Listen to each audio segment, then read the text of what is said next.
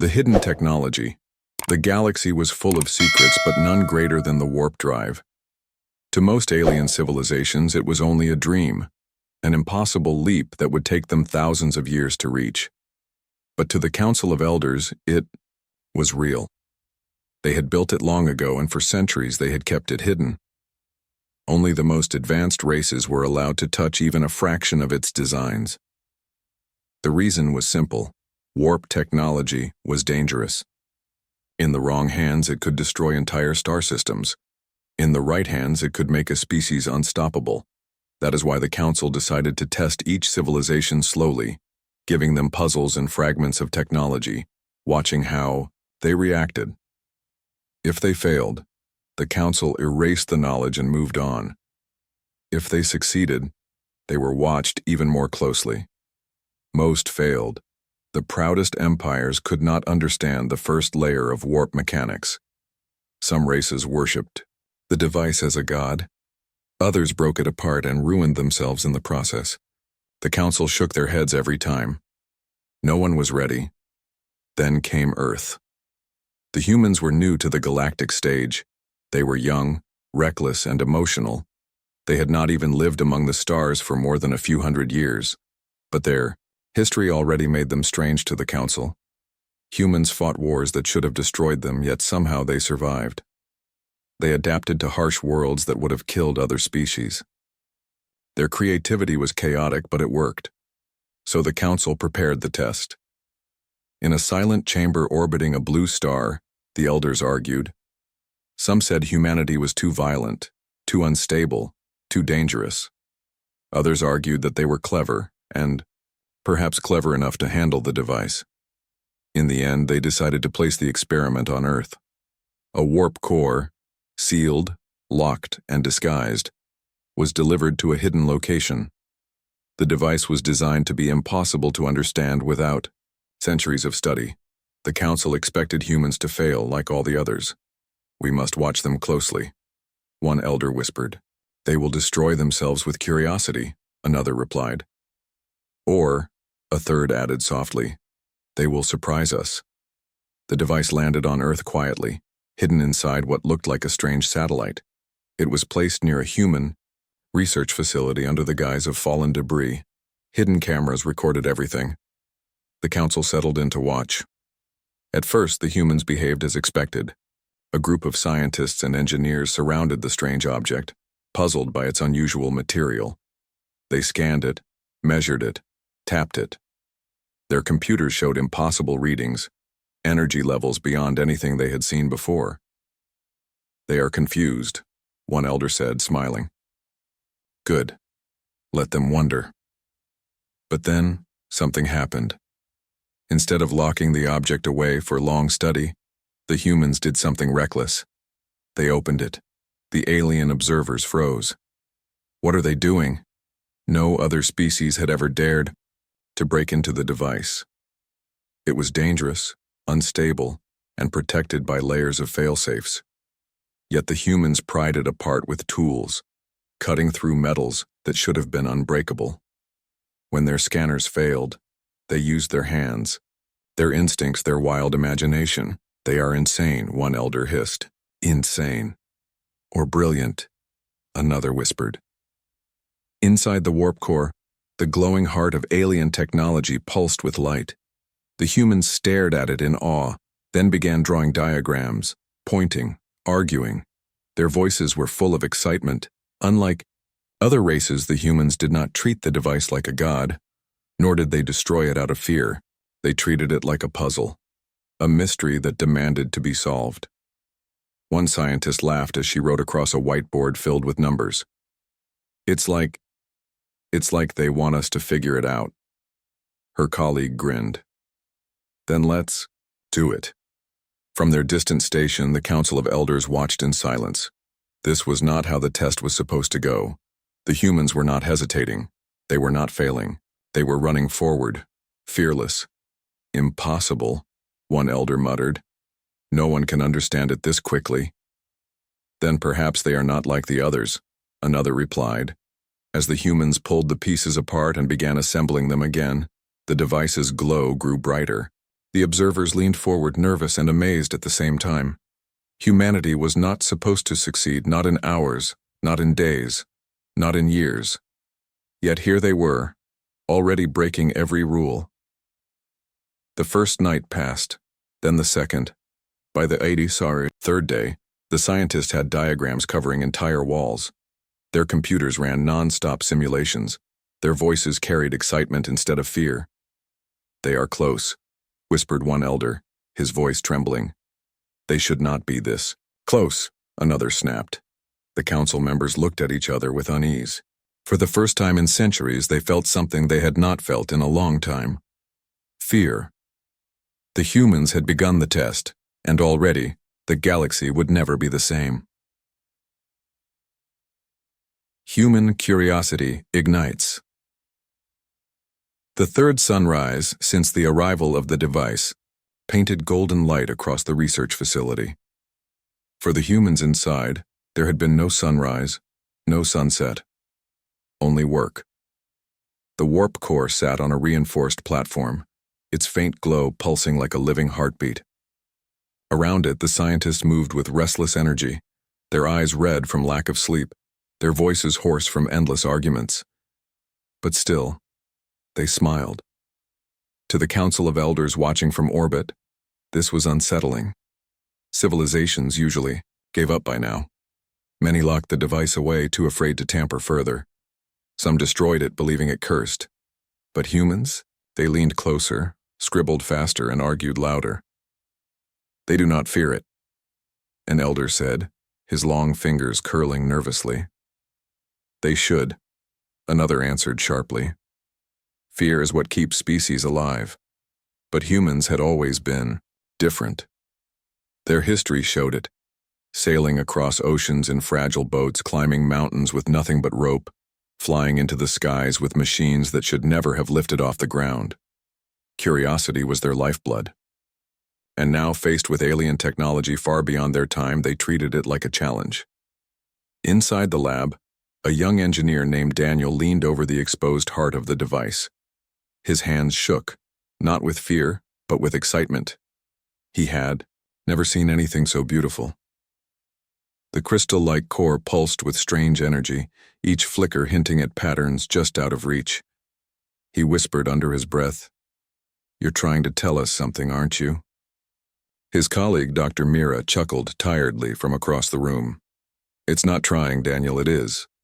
We just need to listen." Their whiteboards were already covered with equations, some correct, many wild guesses. They didn't care. Each mistake pushed them closer to the truth. Unlike other races, humans were not discouraged by failure. They thrived on it. Every wrong answer was just another step toward the right one. The council's hidden observers were stunned. "They are dismantling the impossible," one elder whispered. "They are reckless children," another hissed. "Children who learn faster than we expected," the first replied. On the second week, something happened that made the alien watchers lean forward in alarm. The humans had not only pulled apart the warp device, but had started to build something new with the pieces. Small circuits, glowing coils, experimental mini-cores no bigger than a fist. The council gasped. They dare to replicate it. "They cannot succeed," one elder insisted, though his voice trembled. Yet, on the screens before them, humans kept soldering, testing, breaking, and rebuilding. Each time, their failures made them laugh instead of quit. "Too much energy leakage," Mira muttered, tossing a burnt wire aside. "Good," Daniel said with a grin. "Means we're getting closer." It was madness. Pure madness. But in that madness, there was progress. By the 10th day, the humans managed something no other species had done. They stabilized a miniature pulse of warp energy. The glowing sphere hovered for only a few seconds before collapsing with a sharp crack. The lab filled with smoke, alarms blaring, sprinklers activating. Any other species would have panicked. The humans cheered. "Did you see that?" Daniel shouted, drenched in water, but grinning ear to ear. Mira laughed as she wiped soot off her face. "We actually did it. We made it talk back to us." The council chamber was silent. None of them spoke. For a long time, they simply watched the humans dance in joy over a half-second success. Finally, one elder whispered, They are not supposed to be this fast." Another, older voice answered coldly, "Then perhaps we underestimated them." That night, the humans refused to rest. They kept running simulations, repairing the damage, and trying again. They pushed beyond exhaustion, driven by the simple need to know. Coffee cups piled high, energy drinks littered the floor, and still they worked. The Council's records showed other civilizations had taken decades to even identify the outer shell of the device. Humans had not only opened it in days, they were now recreating fragments of its power. "They are out of control," an elder said, slamming a fist against the table. "Or maybe," another replied with a dark smile, "they are exactly in control."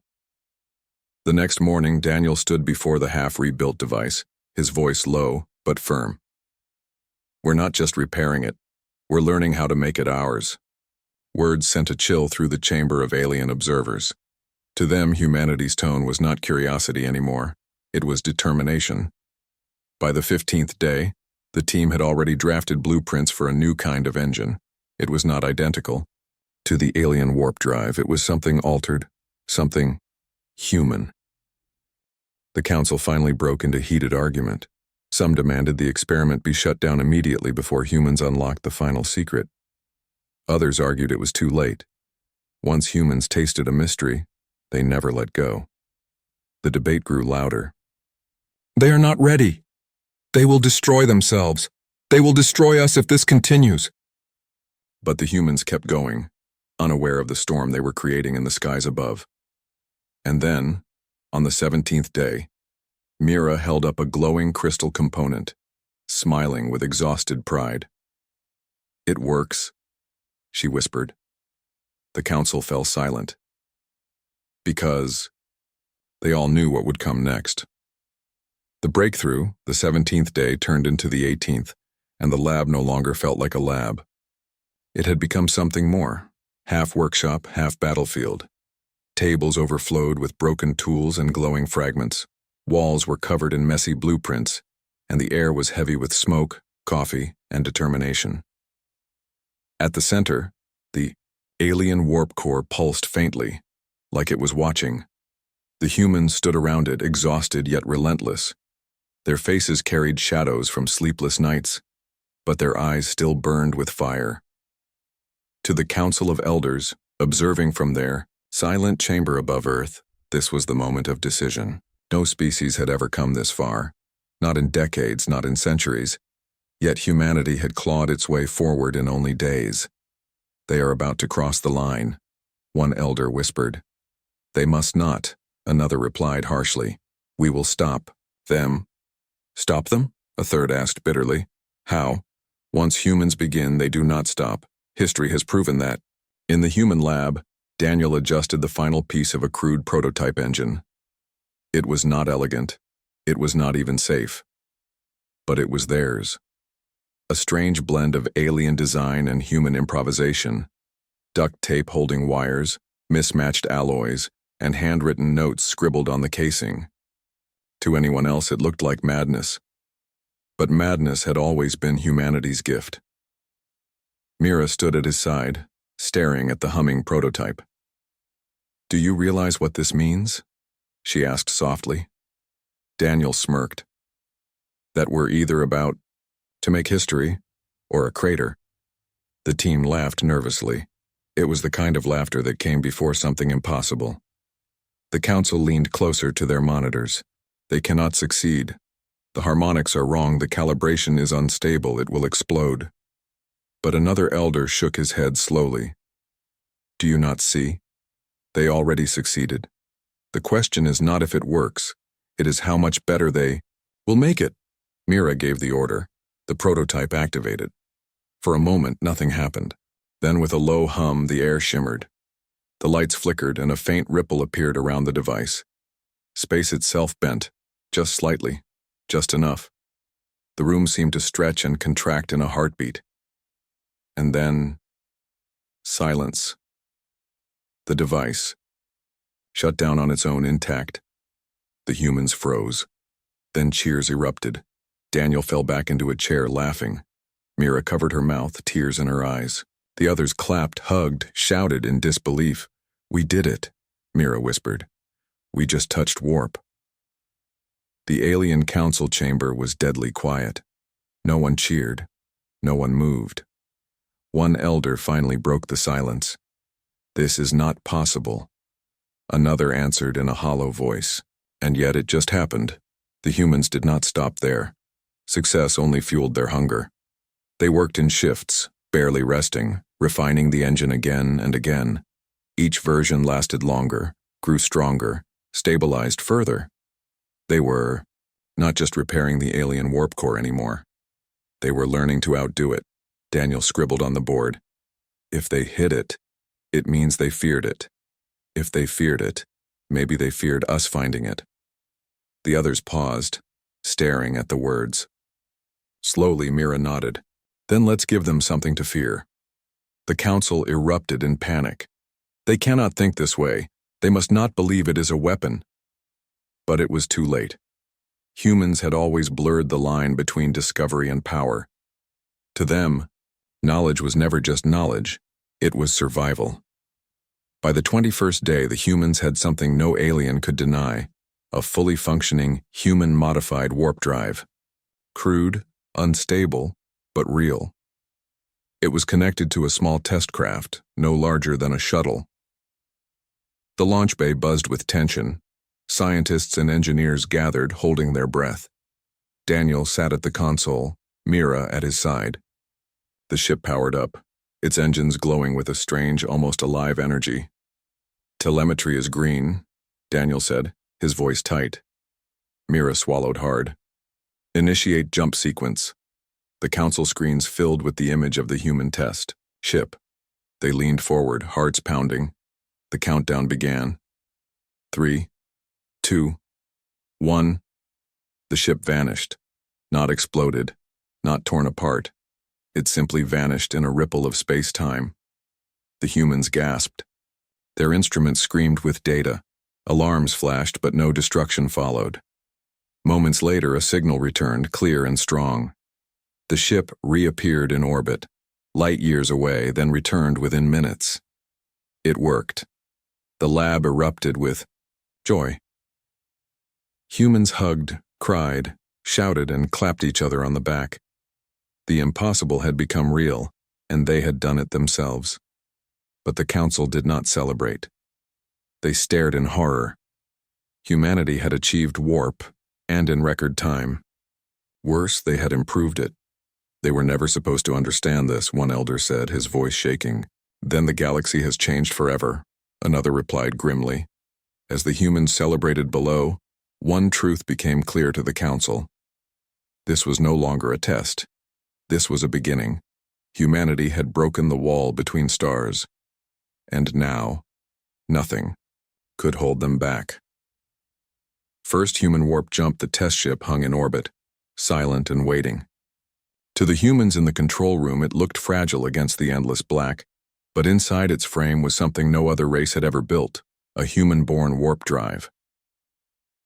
The Council of Elders stared at their screens in disbelief. Every calculation said the craft should have failed, should have torn itself apart in a storm of twisted physics. Yet here it was, intact, humming softly as though daring the universe to stop it. "They cannot," one elder whispered, his voice trembling. "Not so soon, not this way." "They already have," another answered darkly. On Earth, Daniel tightened his headset, his voice firm despite the sweat on his forehead. "Engines are primed, trajectory locked." Mira stood beside him, her hands shaking as she held the command. "Key." Around them, the room was crowded with nervous scientists, military officers, and government officials who had been dragged into the project only after its first success. Now they all waited in tense silence. "History doesn't wait," Mira said softly. She slid the key into place. "Execute." The command was given. The ship's engines roared alive, glowing brighter than any fusion drive. The air itself seemed to ripple on the screens. Then, like a pebble dropped into a calm pond, Reality bent. The ship vanished. Gasps filled the room. Computers screamed with data, lines of code flooding across screens faster than eyes could follow. The hum of electricity filled the air. For 3 long seconds, no one breathed. Then a voice crackled over the speakers. "Control, this is Horizon 1. We made the jump." The room erupted. Cheers, shouts, clapping, even tears. Daniel slammed his fist on the table, laughing like a madman. Mira covered her face, shoulders shaking. Humanity had done the impossible. They had stepped through the wall of stars. But the celebration froze when the signal continued. "We are not just intact. Our instruments, they're reading stability beyond predicted levels. The drive, it feels like it wants to keep going." The Council of Elders heard it too. Their chamber was silent, heavy with dread. One elder finally stood, his voice sharp and hollow. "They are not using our design. They are using something new. Something faster." The humans back in the control room leaned over their consoles, staring at the flood of impossible data. Warp efficiency was higher. Energy costs were lower. The crude human-modified engine was better than the original. Daniel whispered, "We didn't just copy it. We made it ours." The test ship reappeared in Earth's orbit minutes later, slipping back into reality with a gentle ripple. No explosion, no instability, just calm, steady flight. The crew aboard shouted with joy. On Earth, humanity cheered as one. Engineers embraced each other. Government scrambled to grasp what this meant. And ordinary people, still unaware of the truth, would soon look up at the night sky and realize the stars had just come closer. But above, in the hidden chamber of the council, there was no cheering. Only silence. One elder finally spoke. "We tested them to see if they were ready." Another answered coldly, "And in doing so, we armed them." The council began to argue, voices sharp and full of fear. Some demanded the humans be stopped immediately, even if it meant destroying their planet. Others shouted that it was too late. The humans now understood warp, and knowledge could not be erased. Meanwhile, in the human lab, Mira stood before the glowing ship feed, her eyes full of wonder. "Do you realize what this means?" she asked softly. Daniel grinned, exhausted but alive with fire. "It means the galaxy just got smaller." The council elders shivered at those same words, carried across their hidden speakers. Smaller. Closer. More dangerous. The humans had not just taken apart the alien secret and put it back together. They had improved it, tested it, and proven it worked on their first attempt. And the galaxy would never sleep the same again. One elder whispered, into the silence, "This is the beginning of war." Another replied, his voice heavy, "No, this is the beginning of humanity." The galaxy reacts, the news traveled faster than light, not because of ships or signals, but because fear had wings. In the far corners of the galaxy, whispers spread, "The humans have warp." At first, no one believed it. Humanity was too young, too reckless, too fragile. But soon the reports arrived. A test ship had jumped across light years and returned intact. Not with borrowed technology, but with something new, something uniquely human. In the chamber of the council, silence ruled. Elders who had lived for centuries, who had watched empires rise and fall, now sat frozen. For the first time in generations, they did not know what to do. They were supposed to take decades, one elder said softly. "They took days," another answered. The debate turned to panic. Some demanded intervention. "We must erase them before they spread further." Others warned caution. "Strike them now, and you will only prove their strength." But beneath all the shouting was a single truth. It was already too late. Humanity had seen the stars open, and once humans saw a path, they never turned back. On Earth, the mood was very different. In the crowded control room, exhaustion gave way to triumph. The engineers and scientists stood tall, their faces lit by the glow of their screens. Daniel leaned against a console, still smiling through the fatigue. "We just made the galaxy smaller," he whispered again. Mira looked at him. her expression somewhere between wonder and fear. Do you think they wanted us to have this? Daniel shook his head slowly. No, but it doesn't matter. We have it now. Government officials tried to hide their unease. Military officers quietly argued strategy. Should the technology be weaponized? Should it be shared? Should it be hidden? But the truth was simple. It could not be hidden anymore. Once born, knowledge spreads. Once unleashed, it never sleeps. The following week, the humans did something that stunned even the IDEA Council. They returned the original warp device. In a diplomatic shuttle carefully monitored by hidden alien observers, a team of human officials delivered the core back to where they had found it. The device was untouched, repaired even, glowing steadily, as though it had never been taken apart. They returned it? One elder whispered in disbelief. Yes, another said grimly. Because they don't need it anymore. The humans had their own version now. Stronger, faster, and theirs to control. For the Council, this was worse than theft. This was proof of dominance. Humanity had not only solved their greatest secret, they had improved it. And then, with almost mocking confidence, handed back the original like a school project finished early. They are declaring themselves, one elder said. Declaring what? Another demanded. That they belong among the stars, and that nothing we hide will remain hidden from them. Back on Earth, Daniel stood outside the research facility, staring at the night sky.